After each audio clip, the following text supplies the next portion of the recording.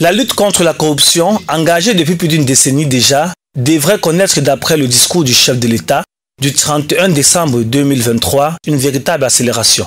Alors que la Commission nationale anticorruption, la Chambre des comptes ou encore le contrôle supérieur de l'État épinglent chaque jour les mauvais gestionnaires. Un bon nombre de Camerounais seraient très heureux de voir le retour de l'opération Épervier, véritable symbole de la lutte contre cette corruption. Le peuple souffre, mais il y a une certaine partie de la population qui se permet quand même de prendre tous les biens de l'État et du pays pour s'accaparer eux seuls et leurs familles. L'opération Épervier fait son retour, il n'y a pas de problème, parce qu'on doit enfermer tous ces gens-là qui pillent les biens du pays.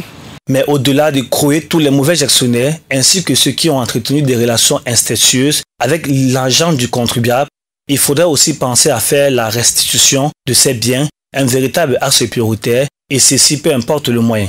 Si on les reprend, on les met en prison, ils restent encore avec leur argent, ça n'a servi à rien, ça n'aboutit à aucune solution.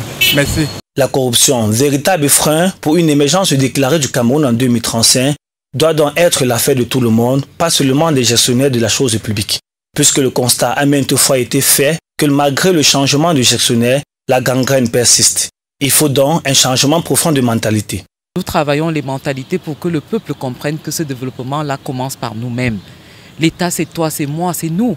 Et comment? En reconnaissant l'intérêt général au-dessus de l'intérêt personnel. Avec plusieurs organes à sa disposition, tels que le tribunal criminel spécial, la Commission nationale anticorruption ou le CONSUP, Paul Biya aura donc à sa disposition les armes nécessaires pour intensifier cette lutte et réduire les pertes.